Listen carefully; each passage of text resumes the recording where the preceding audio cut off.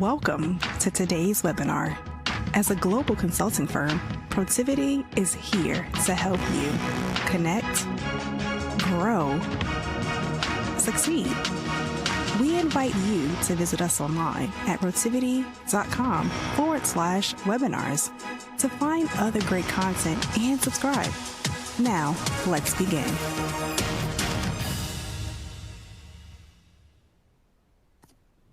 Hello, and welcome to Protiviti's webinar entitled Mastering Talent Marketing, How to Attract Top Talent Like Brands Attract Customers. We are glad that you are here and hope you will find today's material meaningful and insightful. Before we begin, I'd like to go through a few housekeeping items. Audio will be streamed through your computer. Google Chrome or Microsoft Edge are the recommended browsers. If you are having any trouble with the webinar viewing, please log off and log back on using one of those browsers. Today's webinar is being recorded and will be available on demand. Please check out the Resource Center on your screen for other great materials that we think you'll find valuable. If you experience difficulties during the webcast, please let us know via the Q&A box. You can also go to the help icon for recommended tips for technical difficulties. Please also use the Q&A box for any questions that you have during the webinar. The presenters will answer as many as possible at the end of the webinar.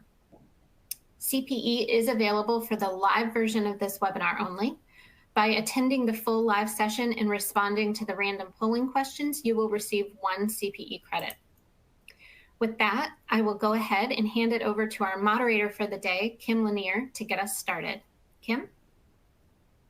Thank you, Liz. And I just want to welcome everyone to our webinar today. We have a lot of great information, great content, a lot of lessons learned, listening to some experts and leaders at EvergreenHealth and largely on talent marketing. I'm going to let Jessica and Rich introduce themselves here. Jessica, you want to kick us off? Sure. Good morning or afternoon, depending on where you are. I'm Jessika Groce. I am the Chief Human Resources Officer at EvergreenHealth. We are a small community-based healthcare organization in the Pacific Northwest. I have my PHR, my SHRM CP, a bachelor's in speech communication, and an MBA with a focus in healthcare.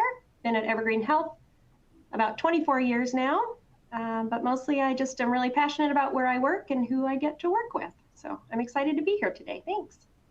Awesome. Thank you, Jessica. Rich? Hi, my name is Rich Dredge. I'm the CEO and co-founder of Largely. We're a talent experience platform that helps companies get more from their recruiting and talent communications experiences.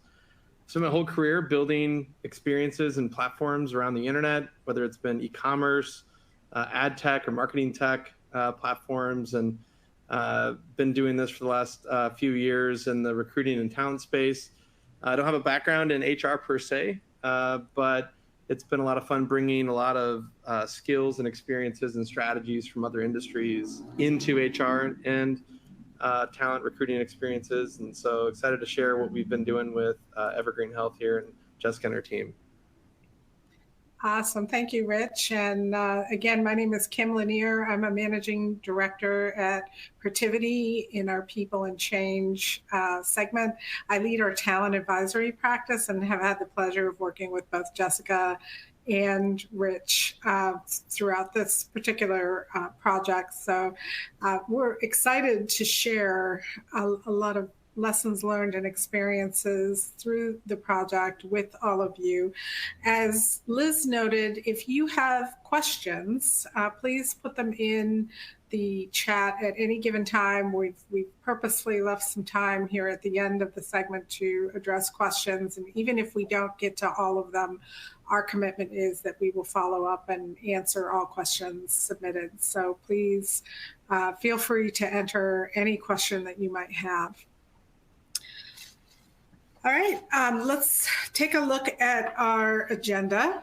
And we thought we would organize this content in a way that would resonate with healthcare professionals. And even if you aren't in the healthcare industry, I think you can kind of recognize the way we're organizing, walking through the information. We're going to talk about the symptoms, what were the problems or the challenges that needed to be addressed at Evergreen Health, what was the diagnosis,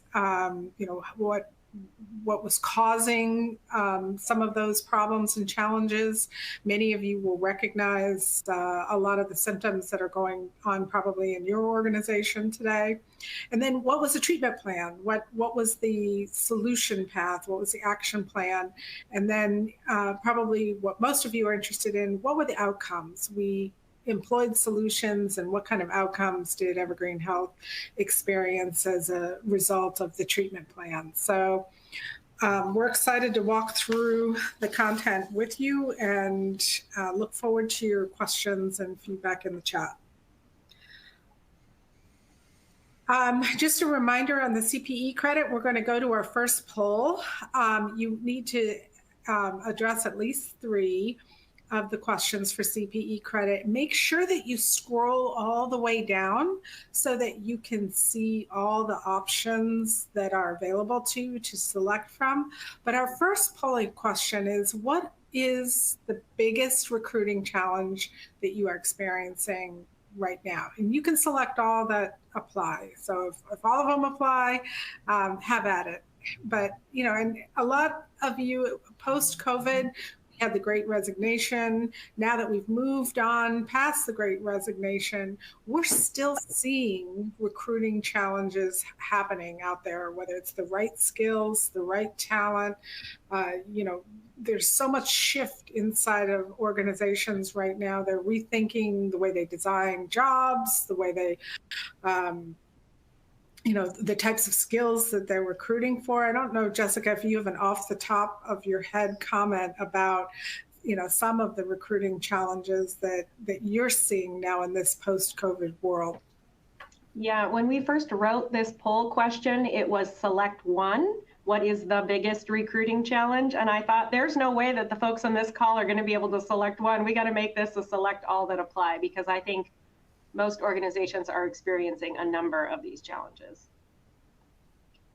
Totally agree. Looks like we have about almost 90% of the folks have completed the poll. So why don't we advance forward and see what people have selected? Well, no surprise that we've got lack of experienced or diverse candidates. The skill sets and skill needs of an organization are so dynamic. I think I read a statistic that said that the shelf life of a skill these days is less than 2 years. So it's amazing how the churn we're seeing in skills aligned to roles. Quite a few selected too many unqualified candidates, lots to weed through to separate the wheat from the chaff, and pay is another big one. Losing candidates due to how long it's taking. So pretty much these appear to be the top of mind issues for most of our audience. All right, I think we can move on. I'm going to turn it over to Jessika to share a little bit about, a year and a half ago, Jessika, what was going on? What were some of the symptoms that Evergreen Health was experiencing? Yes, so I think that poll actually summed it up pretty well for us. We were experiencing all of the things that you all are experiencing in that poll. As a healthcare organization, in about 2021, 2022, we started seeing huge patient volumes. So you all, I'm sure, remember during COVID when we were all at home, schooling our children online and learning how to make sourdough bread. And everybody tried to stay out of the hospital as much as they possibly could. And then in 21, 22, all of the people who really probably needed to come to the hospitals for the last few years started coming all at once. They were sicker than before. And our patient census, we call it, just broke records. At the same time, we had a severe shortage of candidates and started experiencing much higher turnover. So we've got more patients and we've got less staff, which really made our number one focus being staffing the organization. We saw higher vacancy rates. We were starting to worry about our recruiters being able to manage the load of openings that they had. And staffing obviously impacts everything. We were worried about our employee engagement, about our employee safety, about patients being able to access appointments in a timely manner, about our finances. We spent a lot of money on temporary, they call them travelers, temporary staff in the hospital. And so really everything in the organization was impacted all at once by our staffing.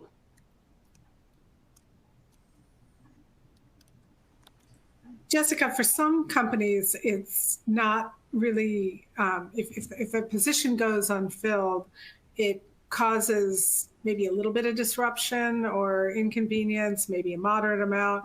But in a healthcare setting, it can literally be a matter of life and death on the clinical side. So what kind of impact did that kind of problem have on overall operations, on morale of all the rest of the staff?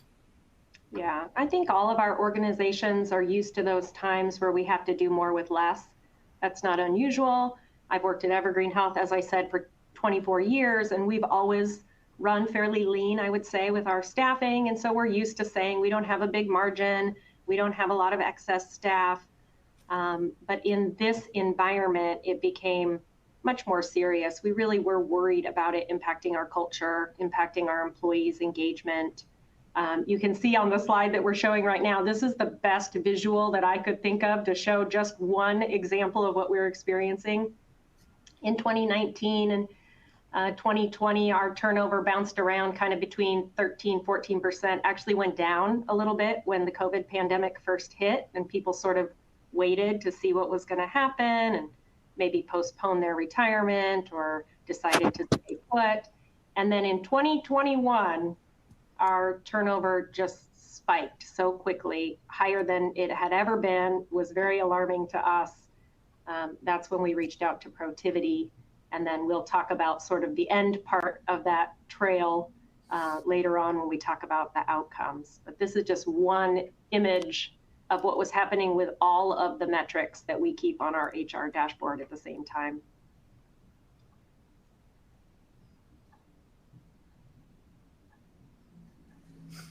I think you were probably in good company in that area, but it's good to see that it looks like progress is being made as time goes on.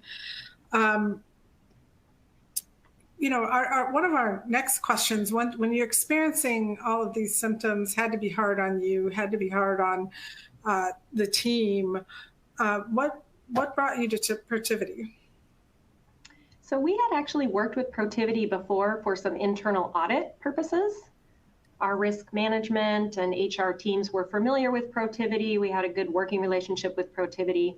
And Protiviti actually approached us because we do an annual risk assessment in our organization every year. And as you can imagine, the recruitment and retention of our employees showed up on that list as one of the top risks that year. And so Protiviti said, hey, we're looking at your risk analysis. And usually when we see a risk on there, we talk about whether we need to do an audit. In this case, an audit would not be appropriate because we don't need somebody to tell us whether we're in compliance, that kind of thing. But what if Protiviti did a recruitment and retention workforce analysis for you and gave you suggestions on ways that you could improve that area of the organization? And so we were pretty excited about it. It was something different in our relationship with Protiviti, but it was definitely a need at the time. And we had a lot of ways with these metrics to measure whether or not it was going to be successful. That's awesome. I think a lot of folks on the call maybe would be interested just on a little bit deeper dive on your relationship with audit. I mean, HR and audit typically can be like a little different. They don't always work well together, but it sounds like you had a good experience. We did. So, internal audit is one of those things that you have to have a good attitude about it. It can be challenging because you might hear things that you don't want to hear, or you might get results back that mean that there's work you got to do. But we always have the attitude, both with internal audit and all of the regulatory agencies that come into our organization, that they are there to make us better. So the purpose of our internal audit relationship with Protiviti is, if there's something that we could improve, we want to know about it, we want to fix it. And even if Protiviti has to give us the bad news, that doesn't impact our relationship with them, because that's what we're asking them to do. So we had a long-term relationship with Protiviti. They've done a number of different audits for us and given us valuable information. So we knew the quality of the work would be good. It was just the focus of this particular initiative was so different. It was kind of exciting to see what was going to come out of it. Sure. Well, thank you for sharing that. Maybe we could move on to our next polling question, which is, has your organization experienced any of these workforce symptoms? And again, scroll down to make sure that you can see all the different options. And this is another one where you can select all that apply. And I'm just going to hit on a few of them, but things like, low employee productivity, high turnover rates, low employee engagement, or increasingly today, burnout is an issue. Absenteeism, workers' comp claims, benefits utilization, or maybe it's low customer or patient satisfaction scores. What types of symptoms are you experiencing with your workforce? And Rich, I'd love to hear what you're hearing from clients that you work with. Where are you seeing, out of this kind of long list, some of the hot button issues the most? Well, it's interesting on the employee engagement front.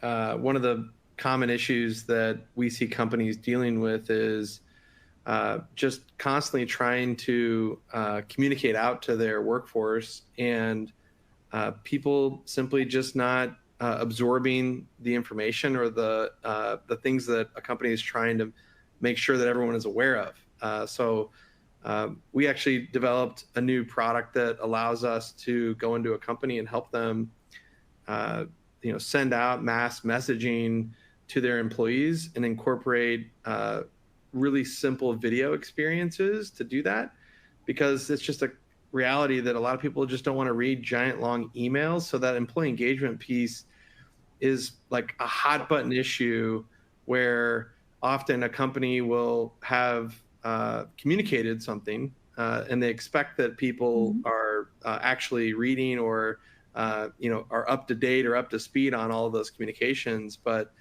it's just kind of an onslaught of messages, and people are trying to keep up, and it's often just really difficult. So that's been one really big hot button problem, and we see that across every industry. Got it. Well, we're at almost 90%, so let's see what everybody else had to say. And they're talking also high, probably the number one selection is employee engagement and burnout and so forth, but also high selections on turnover, vacancy rates, lower employee productivity, and as a result, high benefits utilization and costs. So definitely seems like a lot of you are experiencing some challenges once you get employees onboarded in terms of keeping them productive and having operations be efficient and effective throughout the organization. Well, let's move on and take a look at the diagnosis. So, you have this pain of turnover. It sounds like a lot of folks on the line are having similar issues and challenges. What was the diagnosis, Jessica? Can you share that with us? Of course. So, sticking with the medical sort of theme that we have going, we thought we would align it sort of with testing. So our Protiviti experts came in and did some blood work and did some imaging to try and figure out what the issue was. And that process was actually really interesting because Protiviti are experts on internal audit. They knew how to assess all of the procedures, all of the documents. They looked at over 100 of our documents. They analyzed our turnover, not just, what was our turnover rate, but where were we seeing the turnover and what was different about it now than the past. They did interviews with pretty much all of our recruitment staff, some of our marketing people, others in HR, and then we did a really cool design thinking session, actually maybe two, where we all got together and talked about what made EvergreenHealth unique and what we really were looking for in candidates and what was causing people to leave and how we could market to those that would stay. And so after sort of all of that testing in the attraction and retention analysis, Protiviti gave us a really nice, thorough report of recommendations, customized for our two different healthcare organizations that we have within our system. And the diagnosis really was that we needed an EVP, so an employee value proposition. Sometimes people call it an employment value proposition. We might use that interchangeably today. And a good, strong, visible talent marketing plan. So if I had to sum up all of the work that Protiviti did, that's what I would say was really the diagnosis that came out of it. But Jessica, was that a new concept for you? I mean, has HR already built a relationship with marketing, or was this something kind of all new?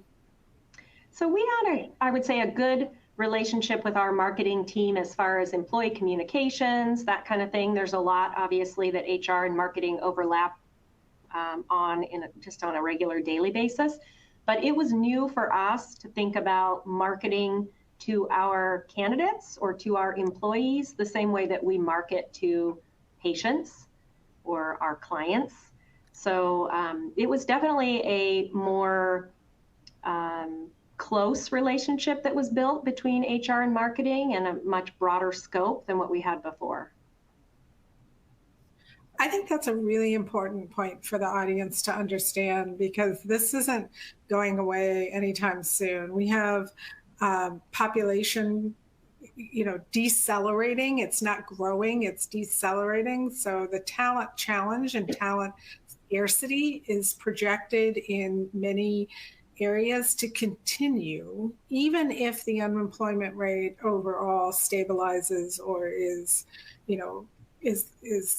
high. You're still going to have in those critical positions a need to think about marketing to your candidates and your employees from a retention perspective. And it's 24/7, 365. It's not, when we notice the metrics start dipping or rising, as the case may be, by then it's too late. It's something that has to be incorporated into HR operations as a whole. So I think that's a big aha or takeaway.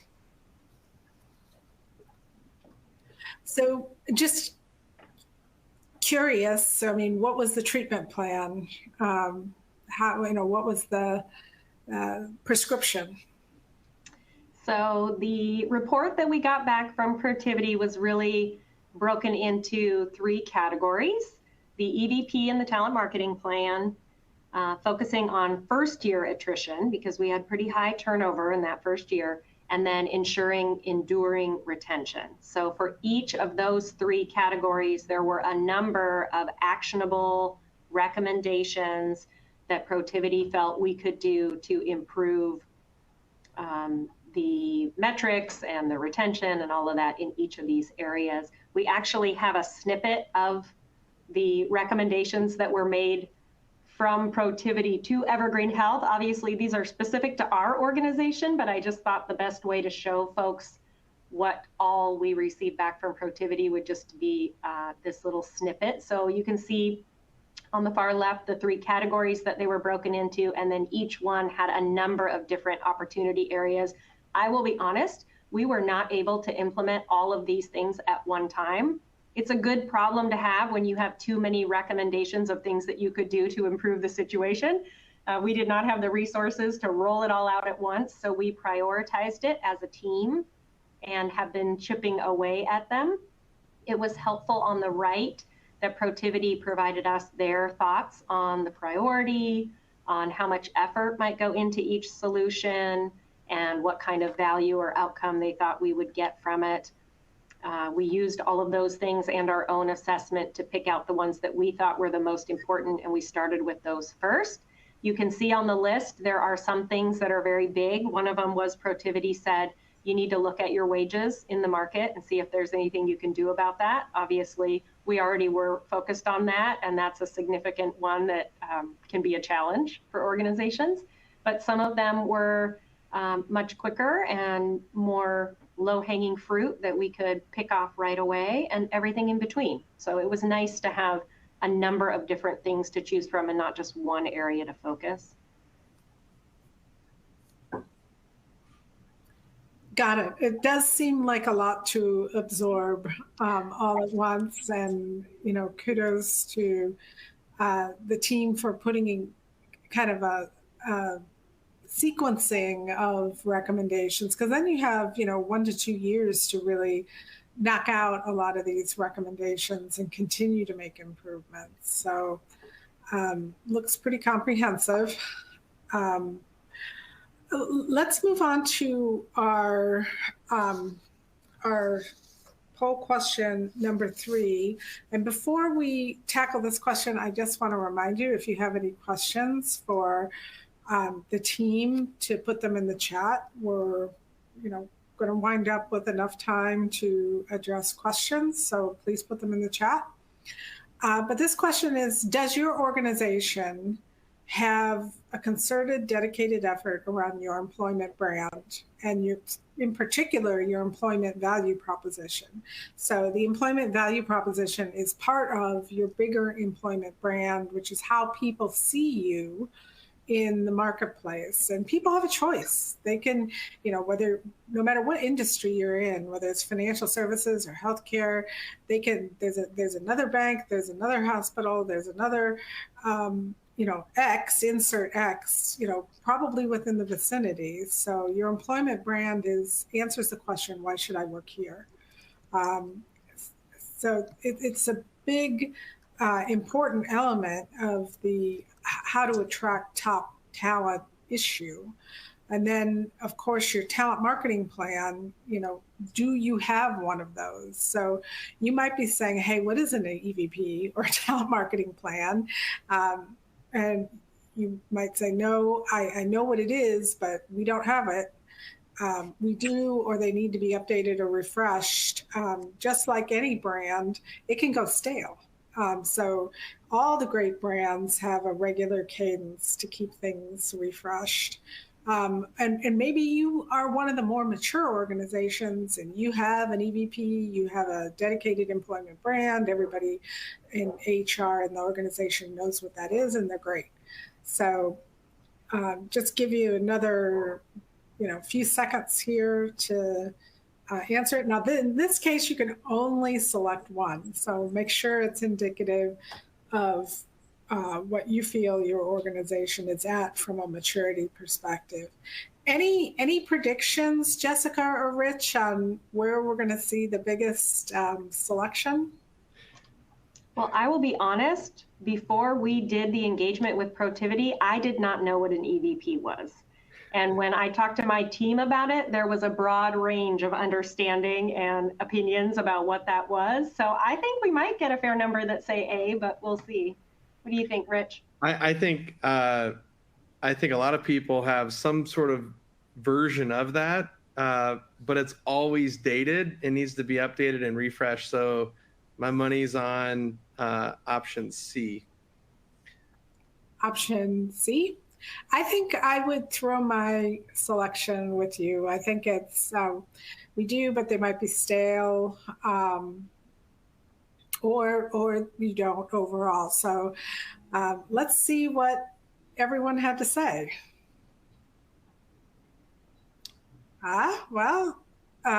pretty much the either option B or C was, the greater. I think it's interesting to note here that probably, it's almost 50-50 when you divide it of, I don't even know what it is, or we don't have it, versus, well, we have it, but it needs to be updated, or we do and it's great. So, we have a little under 20%, 18% say, yep, we've got it, companies on top of it.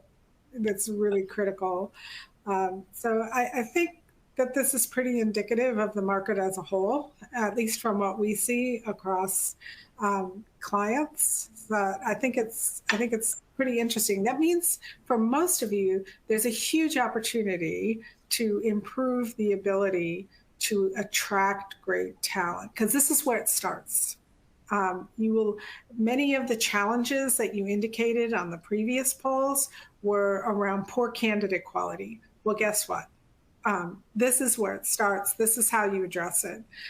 Having a brand that reflects the attributes, and the EVP are your differentiators. You can't say great culture. It's too generic. Everybody says that.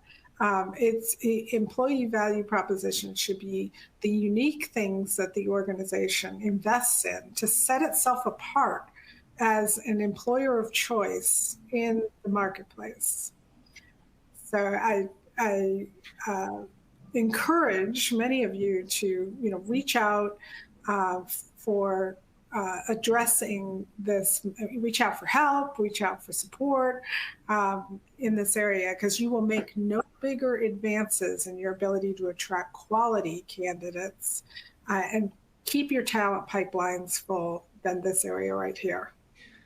One thing I wanted to add to that poll, and thinking about some of those different tracks of thought on how you have an EVP or what your marketing plan looks like, is to understand what is the integration of that into your actual key touch points and points of influence throughout the recruiting experience, and really understanding like how much of that brand is really pervasive inside of all of those key moments, because it's really hard to be able to stand out in environments like an Indeed or a ZipRecruiter or a LinkedIn, and what can you do to differentiate that? And I think that's really kind of one of the key problems or challenges that I know Jessica and team was really trying to think through how to address.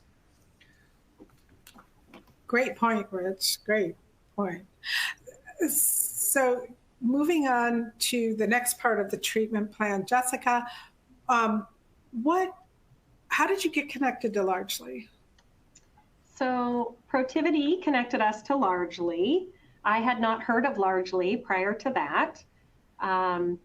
Once we had our employment value proposition and our employment brand plan, the next challenge was, how do we get the word out about what our EVP is in a way that really resonates with people? And I think most of you would agree that when you go onto LinkedIn or Indeed or different sites, your own site, and look at job listings, it's usually just a giant block of text, right? That's what all of our job listings were. What's required? What are the duties of the job? What does it pay? What are the benefits? The information was there that people needed, but it was not engaging in any way, and it was really hard to differentiate our job listings from anybody else's. So what Largely brought to us is what we call employee story videos.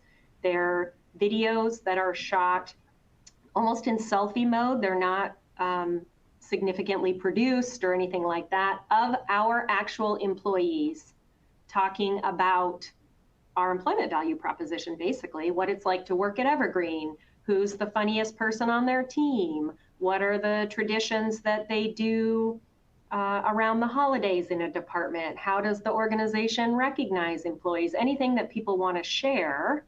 They do these videos, and then we put them on our job postings, we put them on our career site. I recorded one that was a thank you message that we send out to every applicant that applies, and I repeatedly get people who hire on at Evergreen, and then they see me in the hallway and they say, hey, I got a thank you message from you. That was so nice. There's just something about video. I think in our environment today, people are so used to the reels or, those short, quick videos. It's just a way to get information out to people that's more engaging than text, not a text message, but a block of text. So we put them on our job listings, and I think Rich will talk a lot more about other ways that largely videos can be used, but we were really excited about the opportunity at Evergreen to differentiate our job listings from others in this way. And it also has really served as almost a recognition opportunity for employees, because they may say, oh, I don't want to be on a video. We're never going to force anybody to do it. But there are some people who say, I don't know. And then they shoot one and we put it on our job postings, and then their friends and family see it and other candidates see it. And it's also served as kind of a fun way for some of our great employees to be able to get out there. I think it was Rich or someone on his team said, you might have some secret TikTokers in your organization that actually would love this opportunity. Yeah, there's always one, at least one. And you never know where they are, and they come out and they have a huge impact, and it's a lot of fun to see. The authenticity of that is in the data. As we see engagement, that authenticity is really an important part of the strategy that you guys are executing on. And these are not, we got a sizzle reel on what it's like to work at Evergreen, but it's really kind of peer-to-peer as how we like to focus in the strategy, and helping people see people that they might be working with, and build that connection early, and set the culture, and understand how to attract the same type of people that you might like to have come work on your team. Yeah, so if you want to go to the example and how this looked and what we did here. So we have a solution that allows Evergreen to capture videos and organize those videos by whatever organizational strategy they would like, to ensure that those videos can show up on relevant positions. So we enable them to be able to target videos even down to the very specific job. So it could be a hiring manager, a team member on that, or it could be a department or a location. And it's really, really easy to integrate this. We want to take out all the complexity of how that works. And frankly, at the end of the day, it doesn't need to be all that complicated. You just need to be able to tell your story, what excites you, what are your favorite moments, those little tidbits of personal shared stories. And we want to make sure that they're showing up on the right jobs and in the right place. And that's what we've done with Evergreen, and it's been a great success.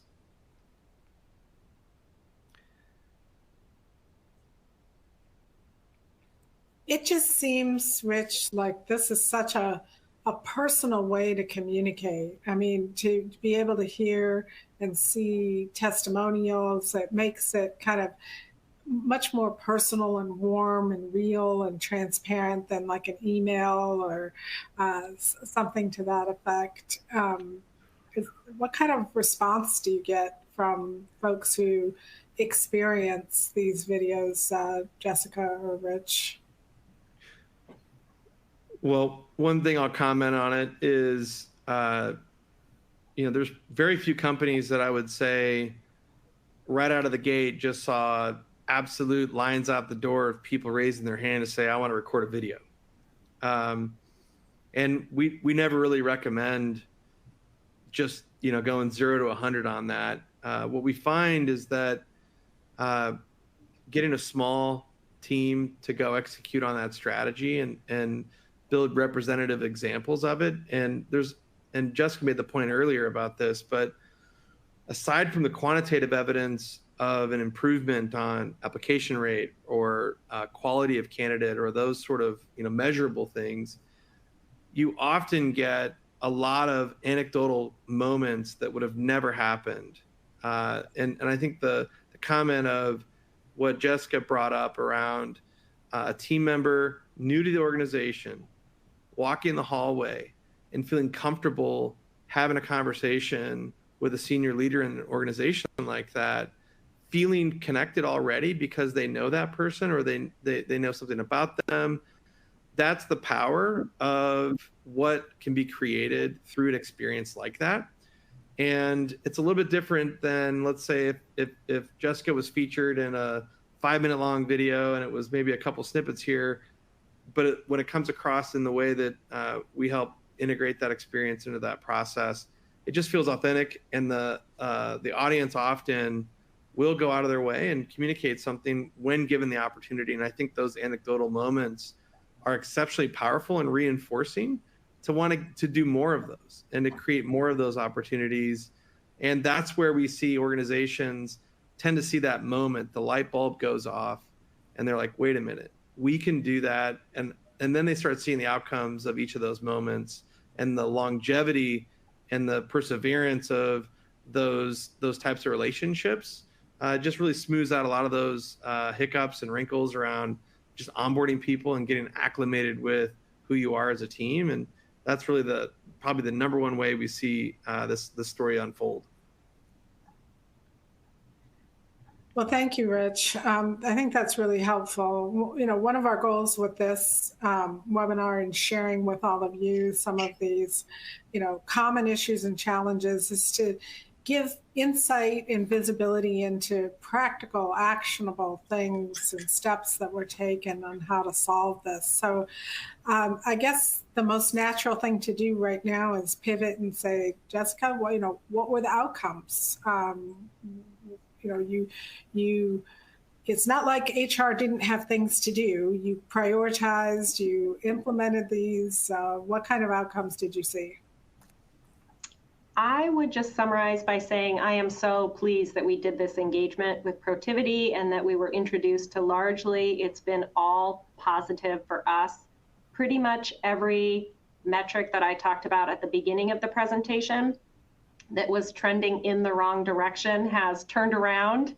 And those that weren't quite impacted yet, but we were worried about, like our employee engagement and safety and things like that, never took a turn for the worse, which was great. So we have always had really strong patient safety and quality scores. We're one of the top 50 hospitals in the nation per health grades for the last 4 years.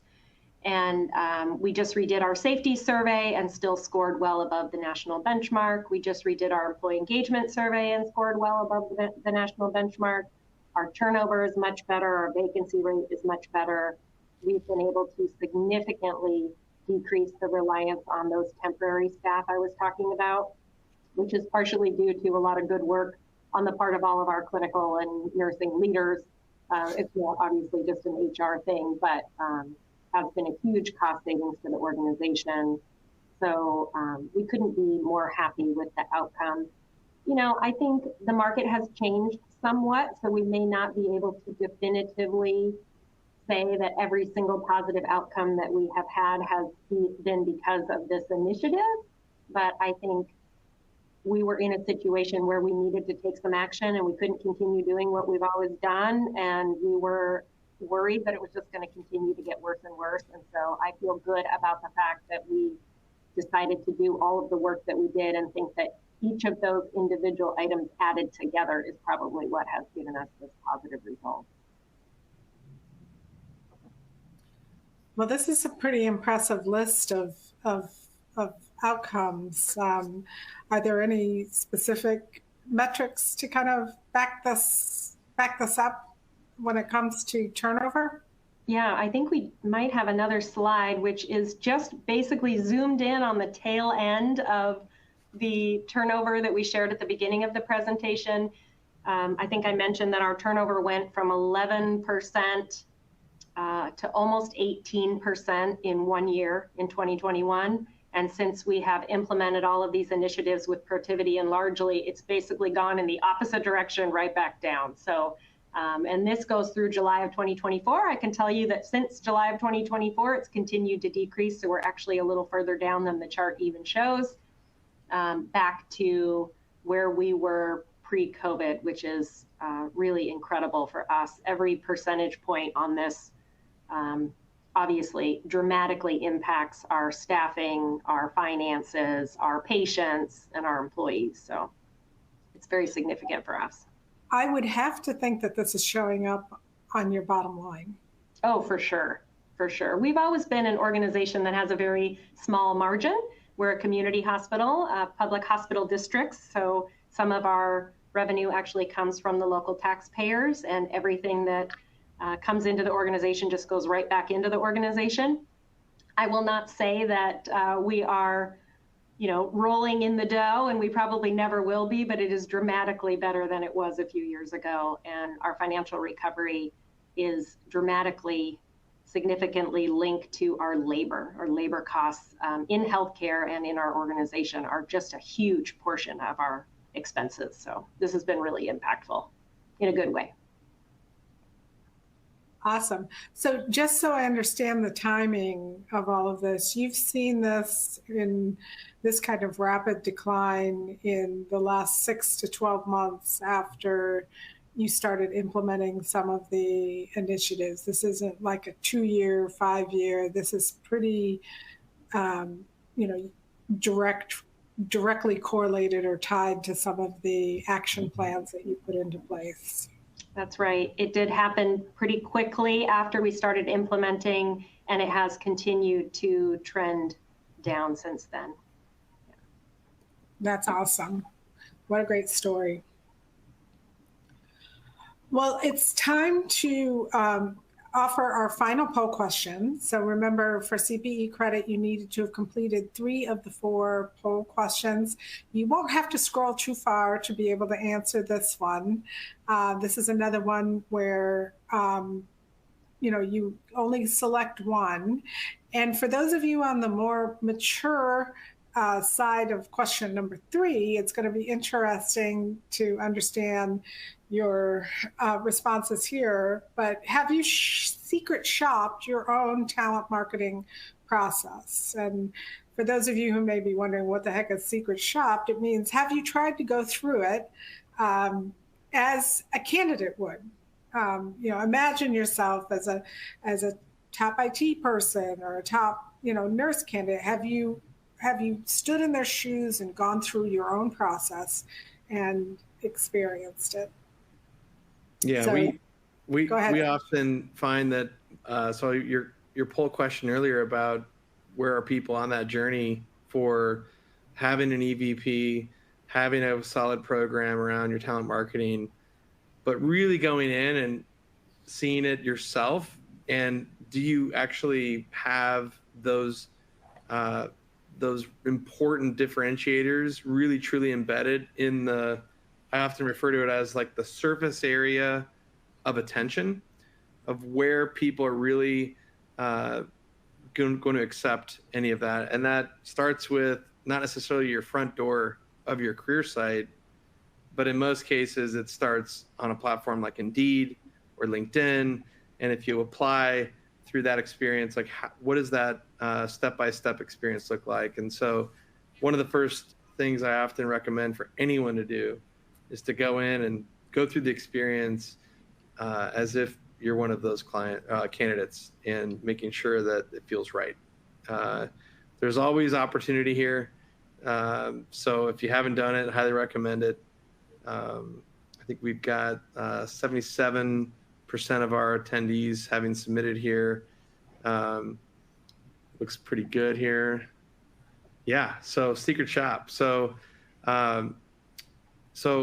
for those of you who don't know, it's literally truly applying to a position, masquerading as a candidate, and looking to see how your team is communicating or engaging.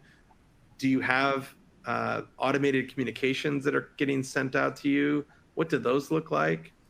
And really benchmarking, understanding like, what does that experience look like relative to your competition, right? So it's really important to differentiate and stand out at each one of those steps. And secret shopping is a great way for you to really understand like what it looks like.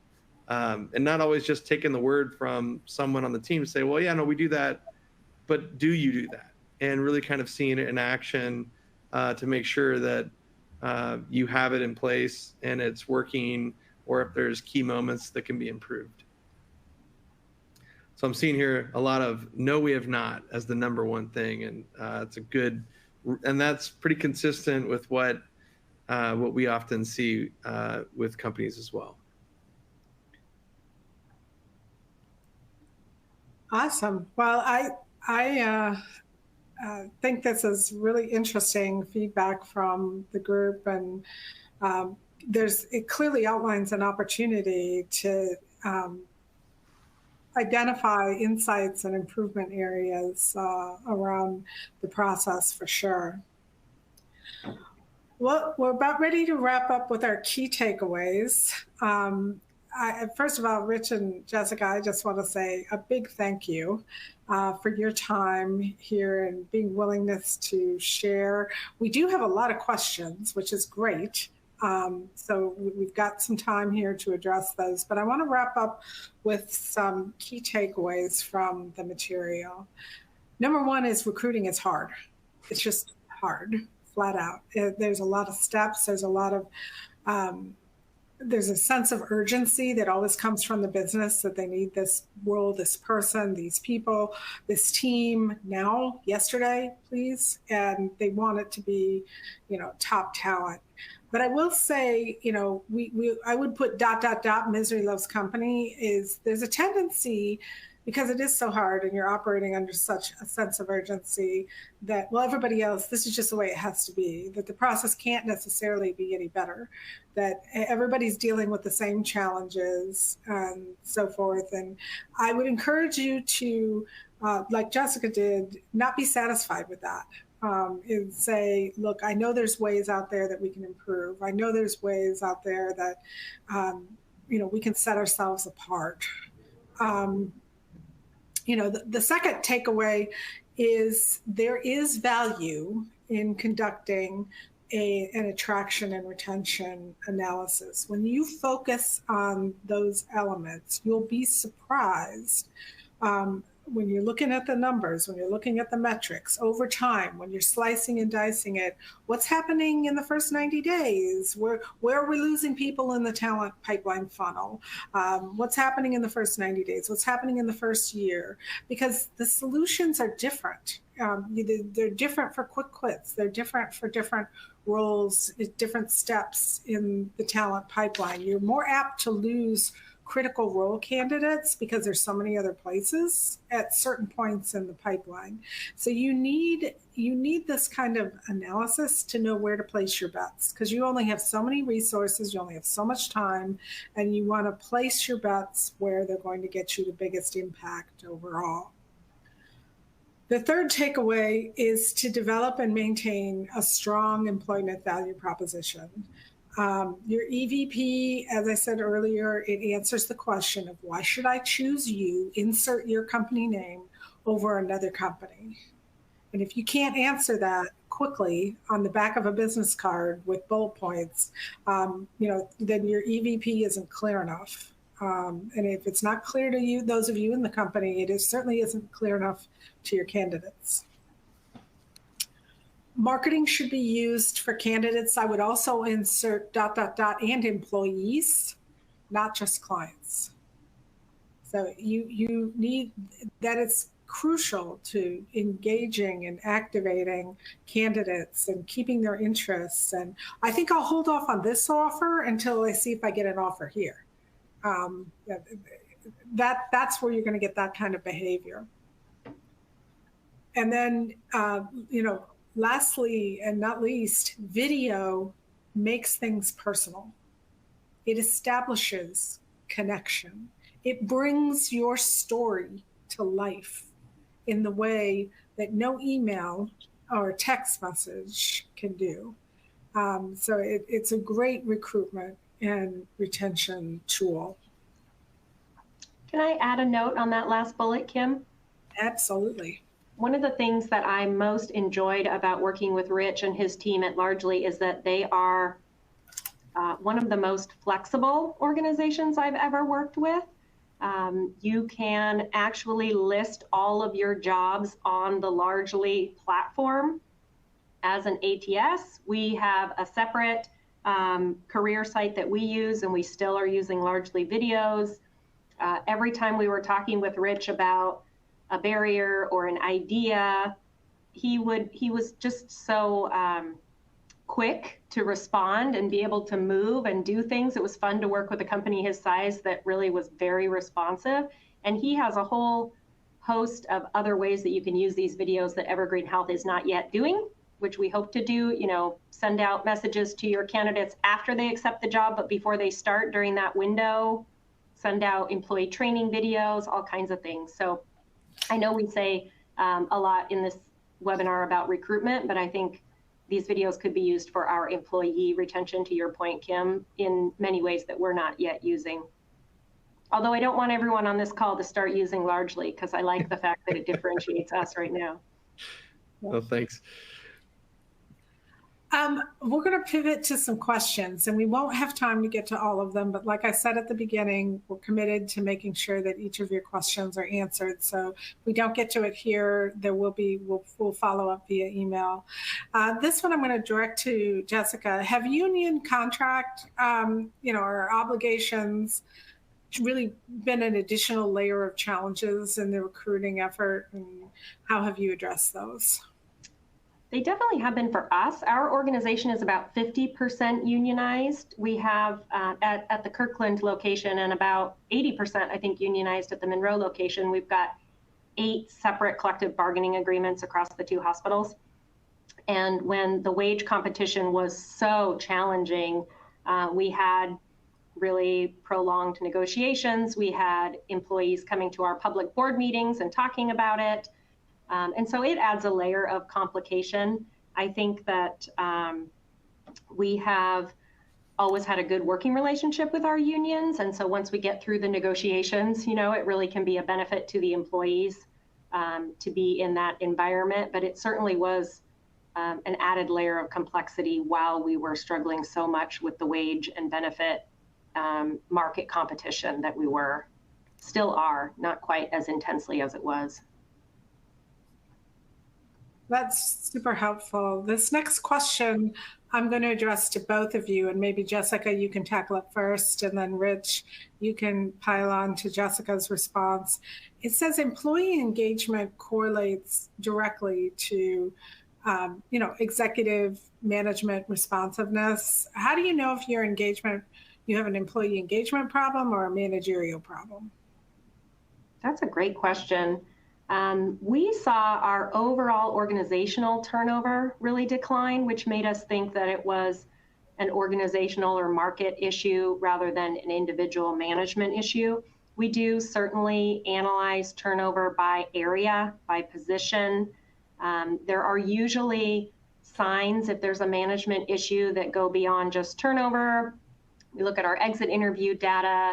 We look at our employee engagement scores by area. We look at the number of complaints or concerns that we get from employees. And so for us, we usually can tell if there is a management issue in a certain area versus an overall organizational market recruitment issue, which is what we felt like we were experiencing more in 21, 22 than in specific areas. But I think it's a great question, good thing to be looking at for sure.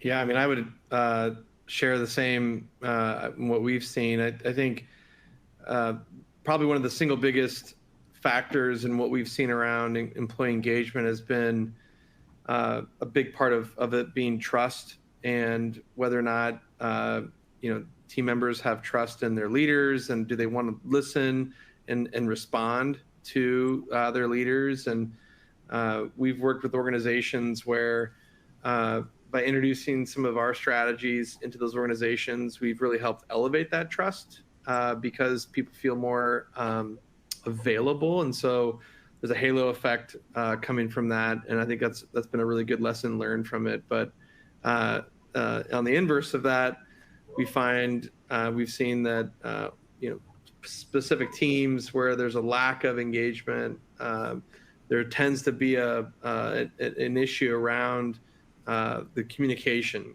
quality between leaders and those teams. And, that can be from a multitude of reasons, but certainly high correlation there between the two. Great. Well, I know we're at time. Liz, I'm going to turn it over to you to wrap up. Thanks so much, Kim. And everyone, on behalf of Protiviti, I'd like to thank you for joining us today. And a big thank you to Kim, Jessika, and Rich for their guidance. You will see some of Protiviti's past webinars on demand. There is a link in the presentation that will take you there. You can also connect with our speakers by visiting the speakers window or utilizing the QR codes on your screen that you can scan. And finally, we've placed some additional resources on the screen as well as in your resources tab. Thank you again for joining us today, and we hope that you will join us for another webinar soon. Please enjoy the rest of your day. Thank you. Thank you.